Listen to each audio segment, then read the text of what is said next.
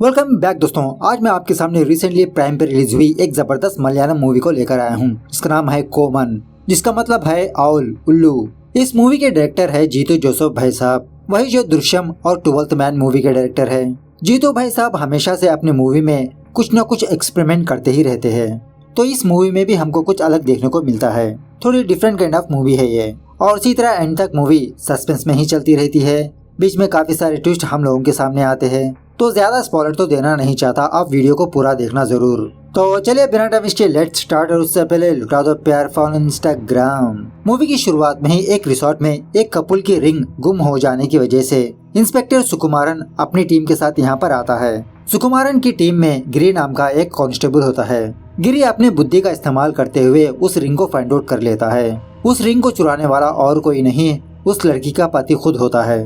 अब किस लिए चुराए, it's a none of our business. कहने का मतलब यह है कि गिरी इतना इंटेलिजेंट से सोचने लगता है, छोटा सा छोटा केस चैलेंज की तरह लेकर उसे सॉल्व कर ही लेता है, जिसकी वजह से गिरी के हायर ऑफिसर्स हमेशा गिरी की तारीफ करते रहते हैं। गिरी की ये तरक्की देखकर गिरी के साथ काम करने वाले बचे कांस्टेबल्स गिरी से जेलस फील होते रहते हैं। खैर दूसरे सीन में लक्ष्मी नाम की एक लड़की को दिखाया जाता है, जो उसी गाँव में रहती है। लक्ष्मी और गिरी क्लासमेट ही होते हैं, और इसी तरह गिरी की माँ गिरी की शादी लक्ष्मी से करना चाहती है। गिरी भी लक्ष्मी को धीरे धीरे लाइक करते रहता है। उसके बाद गिरी ब्रेकफास्ट लेने के लिए एक होटल जाता है। उस होटल में ऑलरेडी सुरेश और शाजी बैठे होते हैं। इन दोनों से कहने लगता है कि मुझे पता चला कि तुम दोनों एक जमीन को लेकर झगड़े वगैरह कर रहे हो, उस झगड़े को तुम मत ही करो तो बेहतर होगा।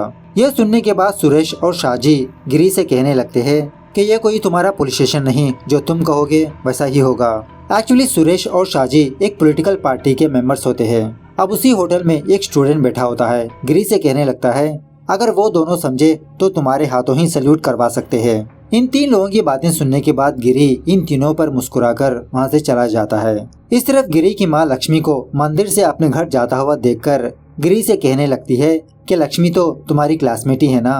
लक्ष्मी के माँ बाप लक्ष्मी के लिए रिश्ता ढूंढ रहे हैं, इसीलिए लक्ष्मी और उसके माँ बाप हमेशा मंदिरों को घूमते रहते हैं। क्यों ना तुम ही लक्ष्मी से शादी कर लो, तुम तो उसे अच्छी तरह से जानते हो। लेकिन गिरी इस बात को कोई जवाब नहीं देता। खैर उसी गांव में सुधाकरन नाम का एक बंदा पेड़ से फांसी लगाकर सुसाइड कर चुका होता है। पुलिस वाले सारे क्राइम स्पॉट पर पहुंचते हैं। गिरी और सीआई सोमन इस केस के बारे में डिस्कस करते रहते हैं। तभी इन दोनों के पास लक्ष्मी का फादर मनोहर आकर कहने लगता है कि बेचारे सुधाकरन को काफी सारे कर्जे होने की वजह से सुसाइड कर लिया।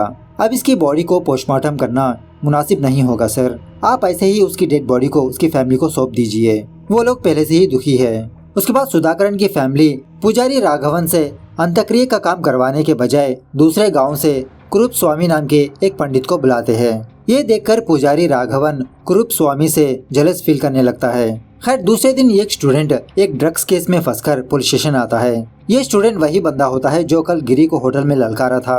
उस लड़के से पूछताछ करने पर गिरी को पता चल जाती है कि ये लड़का इनोसेंट है, लेकिन फिर भी गिरी को ललकारने की वजह से जानबूझ के उस स्टूडेंट को इस ड्रग्स केस में फंसाने की कोशिश करने लगता है।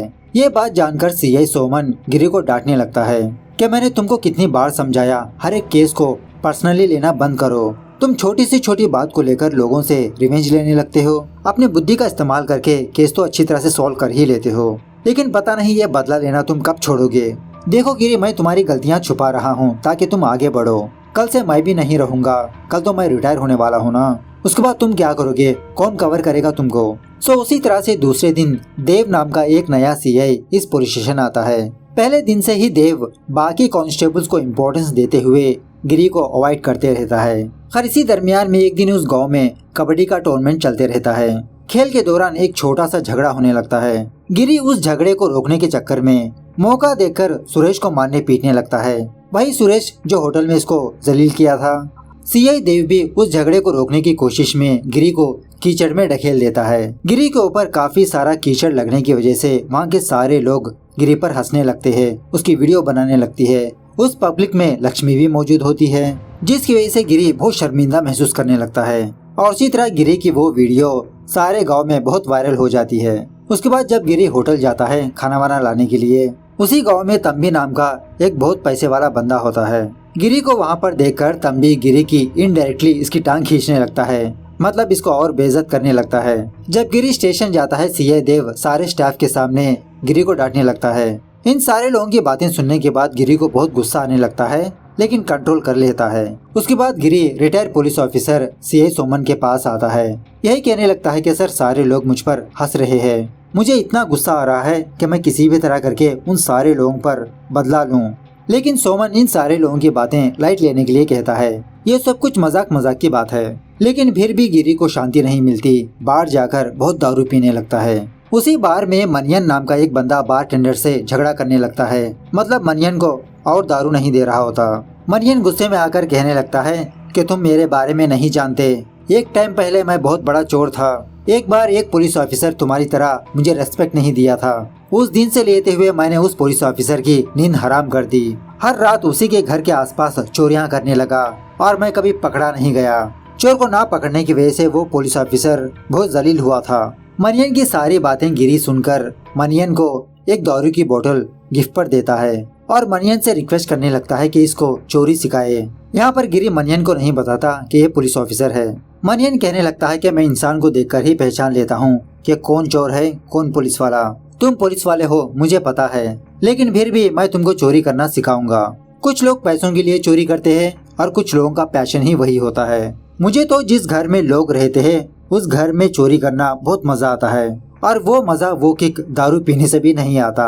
अगर तुम भी एक बार उस मजे को चखोगे तो तुम भी उस मजे को छोड़ नहीं पाओगे। इस तरह से मनियन गिरी को चोरी करना सिखाने लगता है। सो गिरी सोच लेता है कि ये अपने सुपीरियर देव पर किसी भी तरह करके बदला लेगा। उसी रात गिरी उस गांव के यमारो के घर में चोरी करने के लिए जाता है, लेकिन बेचारे का फर्स्ट अटेम्प्ट ही फेल हो जाता है। मतलब यमारो जाग जाने की वजह से गिरी वहां से भाग लेता है। दूसरे दिन वो यमारो पुलिस वालों को अपने घर बुलाकर यही बात बताने लगता है, लेकिन लकीली गिरी पकड़ा नहीं जाता क्योंकि उस घर में कोई भी सबूत नहीं पाए जाते। खैर जो भी हो, दूसरे दिन से गिरी बहुत ही चालाकी से हर रात अलग अलग घरों में चोरियां करके उन पैसों को गरीबों के घर में फेंक कर जाने लगता है। इस तरह से गांव में कंटिन्यूसली चोरियां होने की वजह से देव पर ऊपर से प्रेशर होने लगता है। देव की रातों की नींद उड़ाने पर गिरी को बहुत खुशी मिलने लगती है। इसी दरमियान में एक दिन तंबी होटल में बैठकर लोगों से यही कहने लगता है कि वो चोर तो यहाँ वहाँ पर चोरियां कर रहा है। अगर वो चोर मेरे घर में चोरी करता तो उसकी खैर ही नहीं होती। सारे पुलिस डिपार्टमेंट को उतारकर उस चोर को पकड़वा देता। अब वहीं पर गिरी मौजूद होता है। तंबी की बातों को चैलेंजली लेकर उसी रात तंबी के घर में भी चोरी कर लेता है। दिन में गिरी देव के पास आकर ऐसे नाटक करने लगता है कि गिरी भी इस केस को बहुत ही सीरियसली ले रहा है, देव की हेल्प कर रहा है। हालांकि गिरी ही देव का काट रहा है, और उसी तरह गिरी उन लोगों पर शक करके पुलिस स्टेशन लाकर पिटवाते रहता है जिन जिन लोगों ने गिरी पर हंसा। अब शाहजी भी गिरी का मजाक उड़ाया था ना होटल में, उसको भी पुलिस स्टेशन लाकर पिटवाने लगता है। शाहजी के अरेस्ट होने की खबर जब सुरेश को पता चलती है, सुरेश अपने साथ बहुत सारे लोगों को लेकर पुलिस स्टेशन आता है शाहजी को रिहा करवाने के लिए। अब यही मौके का फायदा उठाकर बातों ही बातों में गिरी उन लोगों पर लाठी चार्ज करने लगता है। सुरेश को भी बहुत मारने पीटने लगता है। खैर ये होने के बाद गिरी खुद देव के पास आकर एक आइडिया बताने लगता है कि सर, इस मामले को सुलझाने के लिए हम लोग फटाफट से किसी न किसी बंदे को गिरफ्तार करना होगा, तभी हमारे ऊपर थोड़ा प्रेशर कम होगा। मैं एक बंदे को जानता हूँ, वो सरेंडर होगा। इस तरह से देव को मनाकर मनियन को कुछ पैसे देकर अरेस्ट कर लेता है। इस तरह से दूसरे दिन गिरी ऐसे नाटक करने लगता है कि गिरी अकेले ही इस चोर को पकड़ लिया। गांव के सारे लोग गिरी की तारीफ करने लगते हैं। थोड़ी देर के बाद गिरी मनियन के पास खाना देने के लिए आकर उसे ये कहने लगता है कि हमारा सीआई देव हम दोनों को धोखा देने वाला है। पहले तो देव ने मुझसे ये कहा कि तुम टेम्पररीली जेल में रहोगे, लेकिन अब वो ये कह रहा है कि स्टेशन के सारे केस तुम पर ठोकेगा। मुझे लगता है अब तुम यहाँ पर पूरी तरह से फंस चुके हो। तुम किसी भी तरह करके यहाँ से बच निकल जाओ मनियन। उसके बाद जब पुलिस वाले मनियन को कोर्ट ले जा रहे होते हैं, मौका देखकर मनियन देव की कस्टडी से भाग जाता है। जब ये बात कमिश्नर को पता चलती है, कमिश्नर देव को डांट डपट कर उसे सस्पेंड ही कर देता है। देव जाते जाते गिरी से यही कहने लगता है कि मुझे लगता है इन सारे कांड के पीछे तुम्हारा हाथ है। तुमने ही ये सब कुछ जानबूझकर किया मुझे फंसाने के लिए। जब मैं दोबारा ड्यूटी पर ज्वाइन होऊंगा तब तुम्हारी खैर नहीं। इस तरह से गिरी को वार्निंग देने लगता है। उसके बाद दूसरे दिन जब गिरी बैंक जाता है, रामास्वामी नाम का एक बंदा अपने अकाउंट से पैसे विथड्रॉ करके गिरी से हंसते हुए बात करके अपने घर चला जाता है। उसी रात सस्पेंड हुआ देव अपने पास 2 कांस्टेबल्स को बुलाकर ये कहने लगता है कि तुम दोनों गिरी पर नजर रखो और ये पता करने की कोशिश करो कि मनियन कहाँ पर है, कहाँ पर छुपा है। अगर हम मनियन को पकड़ ले तो ये जरूर प्रूव कर सकते हैं कि मनियन और गिरी के बीच कुछ न कुछ लिंक जरूर है। इस तरफ जब गिरी सो रहा होता है, गिरी को नींद ही नहीं आ रही होती, क्योंकि गिरी को अब तो चोरी करने की आदत बन गई, जैसा मनियन ने कहा था। गिरी अपने आप को कंट्रोल ना करते हुए चोरी करने के लिए रामास्वामी नाम के एक बंदे के घर में जाता है। वही बंदा जो आज सुबह बैंक में नजर आया था गिरी को। अनलकीली रामास्वामी जगह रहने की वजह से रामास्वामी गिरी को पकड़ लेता है। गिरी का फेस देखने की वजह से गिरी रामास्वामी से भागने लगता है। रामास्वामी गिरी गिरी कहकर उसके पीछे पीछे भागने लगता है और यही कहने लगता है कि तुम कहां पर भाग के जाओगे, कल सुबह तुम्हारे पुलिस स्टेशन में आकर तुम्हारा ही राज खोलूंगा। गिरी फटाफट से अपने घर आकर अपने कपड़े पैक करके अपना गांव ही छोड़ देता है। दूसरे गांव आने के बाद गिरी अपनी माँ के बारे में सोचने लगता है कि इसकी माँ तो घर में अकेली है, इसके बारे में क्या सोचेगी। बहुत ही हिम्मत जुटाकर दोबारा अपने गांव जाने पर यह बात पता चलती है कि रामास्वामी ने तो सुसाइड कर लिया, पेड़ से फांसी लगा के मर गया। ये देखकर गिरी के तो होश ही उड़ जाते हैं। रामास्वामी की वाइफ गिरी को देखकर यही कहने लगती है कि मेरा पति सुसाइड कर ही नहीं सकता। गिरी डेड बॉडी और उस प्लेस की इंस्पेक्शन करने लगता है। दोबारा क्रूप स्वामी आकर अंत्यक्रिया का काम करने लगता है। अब वहीं पर गिरी होने की वजह से गिरी सोचने लगता है कि आखिरकार रामास्वामी को कौन मार सकता है। इसी में गिरी को याद आने लगता है कि कल रात जब ये चोरी करने के लिए गया था, रामास्वामी के घर के पास एक वैन खड़ी थी। गिरी फटाफट से उस वैन के टायर मार्क्स की फोटो ले लेता है। यही टायर मार्क्स गिरी सुसाइड प्लेस पर देखा था, मतलब जहाँ पर रामास्वामी की लाश लटक रही थी ना। तभी एक अनजान बंदा गिरी को एक व्हाट्सएप वीडियो सेंड करता है। उस वीडियो में रामास्वामी गिरी का पीछा कर रहा होता है। गिरी समझ जाता है कि जिसने ये वीडियो भेजी उसी ने रामास्वामी को मारा होगा, अब गिरी को ब्लैकमेल कर रहा है। खैर उसी रात गिरी सोमन के पास जाकर अब तक जो हुआ वो सारी बात बताने लगता है। सारी बात सुनने के बाद सोमन गिरी को डांटने लगता है, मैं तुमको पहले से ही बता रहा था कि छोटी छोटी बातों पर रिवेंज लेना बंद करो, और जब बात सर पर आई मेरे पास आए हेल्प मांगने के लिए। दूसरे दिन सोमन गिरी को लेकर एक साइकियाट्रिस्ट डॉक्टर के पास जाता है। गिरी की प्रॉब्लम बताने लगता है। डॉक्टर सोमन से कहने लगता है कि गिरी एक मेंटल डिसऑर्डर से पीड़ित है। अगर कोई भी बंदा गिरी के ईगो को हट करे या तो गिरी को चैलेंज करे तो गिरी वो काम जरूर करके दिखाता है। उस काम को करने में गिरी को आनंद मिलता है, वही गिरी का सेटिस्फेक्शन है। खैर घर वापसी में सोमन गिरी से जानबूझकर ये कहने लगता है कि गिरी बिना डिपार्टमेंट की हेल्प से तुम रामास्वामी के किलर को नहीं पकड़ सकते। गिरी सोमन की बातों को चैलेंजली लेकर किसी भी तरह करके इस केस को सॉल्व करने का डिसाइड कर लेता है। यहाँ पर एक और बात यह है कि सोमन गिरी को चोरी करने से भी रोकना चाहता है, ताकि गिरी चोरी के बारे में ना सोचते हुए पूरा फोकस इस केस पर लगाए। उसके बाद गिरी सोमन से कहने लगता है कि मैंने रामास्वामी के कपड़ों पर एक अजीब की स्मेल को महसूस किया। पोस्टमार्टम में तो यही लिखा है कि रामास्वामी का सुसाइड है, मतलब हैंगिंग की वजह से मारा गया। जो भी हो सर, मुझे लगता है रामास्वामी किलर को जानता था, इसीलिए बहुत ही आसानी के साथ रामास्वामी से मुलाकात करके उसे अपने वैन में ले जाकर फांसी दे दी। खैर अब गिरी को एक बंदे ने वीडियो भेजा था ना, गिरी उस नंबर को ट्रैक करते हुए उस बंदे के पास जाने लगता है। पता चलता है कि वो नंबर पलनावेल नाम के एक बंदे का है। एक्चुअली पलनावेल तमिलनाडु का रहने वाला होता है। वहाँ जाने के बाद ये बात पता चलती है कि कुछ सालों पहले खेती में नुकसान होने की वजह से पलनावेल ने सुसाइड कर लिया था। उसके बाद गिरी वहाँ के पुलिस स्टेशन के एक कांस्टेबल से मुलाकात करके पलनावेल का पोस्टमार्टम रिपोर्ट हासिल कर लेता है और इसी तरह उस गांव में किन किन लोगों ने फांसी लगाकर मर गए उसकी डिश हासिल कर लेता है। यहाँ पर हम ये देखते हैं कि कोई अनजान बंदा गिरी को फॉलो कर रहा है, इस पर नजर रख रहा है। बाद में पता चलता है कि वो और कोई नहीं मनियन होता है। मनियन बेचारा यही समझने लगता है कि गिरी इसको यहाँ पर गिरफ्तार करने के लिए आया है। खैर उसके बाद गिरी वापस केरला आकर सोमन से यही कहने लगता है कि ये केस जितना आसान दिखता है उतना है नहीं। तमिलनाडु में भी ऐसे काफी सारे सुसाइड केसेस रजिस्टर हुए। किलर उन्हीं लोगों को टारगेट कर रहा है जो ऑलरेडी पीड़ित है, मतलब जिसके पास कोई ना कोई प्रॉब्लम हो या तो फिर कर्जे में डूबा हो, ताकि पुलिस वालों को ऐसा ही लगे कि वो लोग अपने खुद ही से सुसाइड कर लिया। और इसी तरह जिन जिन लोगों ने सुसाइड किया वो सारे लोग किलर को अच्छी तरह से जानते थे, इसलिए उनके साथ कोई जबरदस्ती नहीं हुई। तमिलनाडु और केरला के बॉर्डर में लास्ट ईयर और इस साल हर महीना एक एक बंदा सुसाइड कर रहा है। खैर उसके बाद तब भी ये कुत्ता खरीदकर होटल में आकर यही कहने लगता है कि अब मेरे घर में तो कुत्ता है, मेरे घर में कोई भी चोरी नहीं कर सकता। उसी रात जब गिरी सो रहा होता है, गिरी को तंबी की बातें याद आने लगती है, मतलब उसकी बातें गिरी को एक चैलेंजिंग लगने लगती है। उसके बाद क्या था, उसी वक्त गिरी तंबी के घर जाकर चोरी कर ही लेता है। वापस घर जाते वक्त गिरी ये देखता है कि कोई अनजान बंदा जंगलों की ओर भाग रहा है। गिरी उस बंदे को चेस करने लगता है। लेकिन कुछ भी फायदा नहीं होता। वो स्ट्रेंजर एक वैन के जरिए से भाग जाता है, वही वैन जो रामास्वामी के घर के बाहर खड़ी थी। खैर दूसरे दिन एक तालाब के पास एक महिला की लाश पाई जाती है। सारे गांव वाले यही समझने लगते हैं कि इस औरत का चक्कर दूसरे बंदे के साथ था। ये बात कुछ लोगों को पता चल गई, शायद इसीलिए ये महिला ने सुसाइड कर लिया। खैर इसी दरमियान में जब गिरी इन सारे सुसाइड केस की इन्वेस्टिगेशन कर रहा होता है, गिरी को ये बात पता चलती है कि सारी हत्याएं अमावस्या की रात को ही हो रहे हैं। इस तरफ देव और उसके 2 कांस्टेबल्स फाइनली मनियन को पकड़ ही लेते हैं, लेकिन मनियन गिरी के बारे में एक लफ्ज भी नहीं बोलता।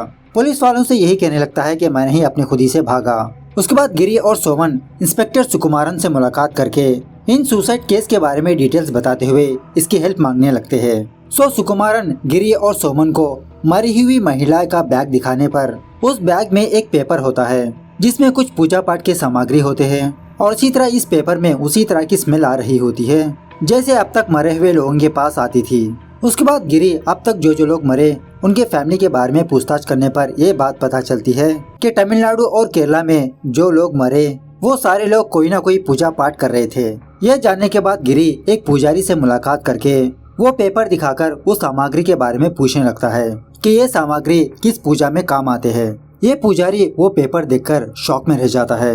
गिरी से कहने लगता है कि ये बहुत ही पुरातन तांत्रिक पूजाएं हैं, जिन जिन लोगों ने ये पूजा की शायद वो अब तक मर चुके होंगे। बहुत सारे लोग मानते थे कि ये पूजा करने से वो अमर हो जाएंगे, और कुछ तांत्रिक लोग इन पूजाओं से इंसानों की बलि देकर उनकी आत्माओं को वश कर लेते हैं। फिलहाल तो ये पूजा कोई भी नहीं कर रहा, लेकिन कुछ मेंटल इलनेस वाले ऐसी पूजाओं को सच समझकर ये पूजाएं करते रहते हैं।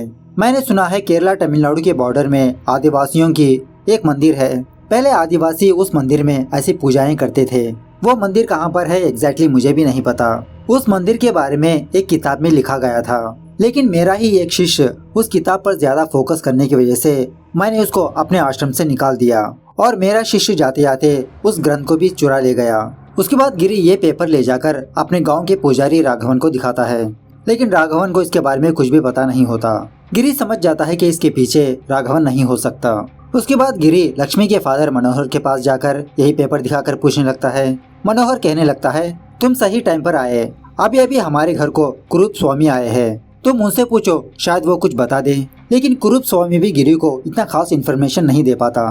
तभी गिरी ये ऑब्जर्व करता है कि कुरूप स्वामी के पास वही स्मेल आ रही है जो डेड बॉडी के पास आ रही थी।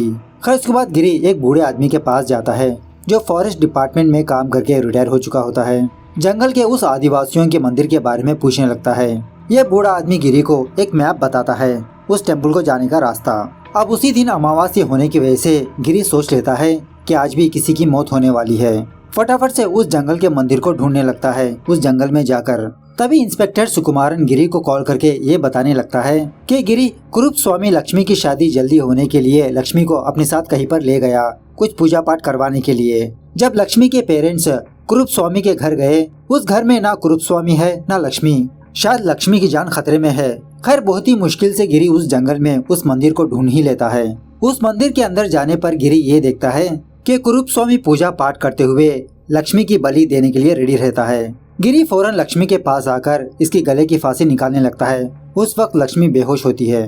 तभी कुरूप स्वामी गिरी के सर पे वार करके इसको फांसी का फंदा लगा देता है। मतलब कुरूप स्वामी गिरी की बलि देने लगता है। यहाँ पर एक जबरदस्त ट्विस्ट सामने आता है कि एक्चुअली कुरूप स्वामी और लक्ष्मी इंसानों की बलि दे रहे होते हैं। कुरूप स्वामी कहने लगता है कि जब तुम चोरी कर रहे थे मैंने ही वीडियो रिकॉर्ड की थी। जब तक तुम हमारे काम में दखलंदाजी नहीं कर रहे थे तब तक हम तुमको नुकसान नहीं पहुंचाना चाहते थे, लेकिन जब तुमने हमारे बारे में इन्वेस्टिगेशन स्टार्ट की तभी से हम दोनों ने डिसाइड कर लिया कि हम तुमको मार देंगे। और इसी तरह लक्ष्मी पूरी तरह से महिला नहीं है, वो एक ट्रांसजेंडर है। इसीलिए लक्ष्मी के हाथ पूजा करवा के हम दोनों अमर होना चाहते हैं। लक्ष्मी के अंदर महिला और पुरुष दोनों की शक्ति है। ये बात लक्ष्मी के पेरेंट्स को भी नहीं पता होती। उसके पेरेंट्स तो यही सोच रहे होते हैं कि अगर ये पूजा कर दे तो हमारी बेटी की शादी जल्दी हो जाएगी, लेकिन कुरूप स्वामी लक्ष्मी को बहला फुसलाकर ये पूजाएं करवा रहा है। इस तरह से ये दोनों इंसानों की बलि देते रहे और यही यकीन दिलाया कि उन लोगों ने सुसाइड कर लिया। खैर उसके बाद जब कुरूप स्वामी गिरी की बलि दे रहा होता है फांसी लगाकर, गिरी बहुत ही मुश्किल से बचकर उससे फाइट करके फाइनली उसे मार ही देता है। उसके बाद लक्ष्मी को बेहोश करके उसे मेंटल हॉस्पिटल भेज देता है क्योंकि लक्ष्मी को तो इलाज की जरूरत है। खैर कुछ दिनों बाद सोमन और सुकुमारन गिरी के घर आकर गिरी को यह कहने लगते हैं कि तुमको सीबीआई डिपार्टमेंट में ट्रांसफर कर दिया गया। उसी वक्त एक कांस्टेबल सुकुमारन के पास आकर कहने लगता है कि गांव में चोरी हुई। सोमन और सुकुमारन शॉक में होकर गिरी की तरफ देखने लगते हैं। इस तरह से ये मूवी यहाँ पर दी एंड होती है। तो मूवी कैसे लगी कमेंट करके बताना जरूर। मिलते हैं अगली वीडियो में, तब तक take care, bye bye, see you soon.